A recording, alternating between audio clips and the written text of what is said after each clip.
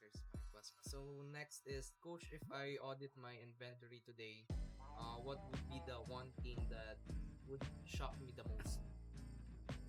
That you have dead stock. You know what I mean? So, you have a lot of products and you are not monitoring your inventory, your sales report.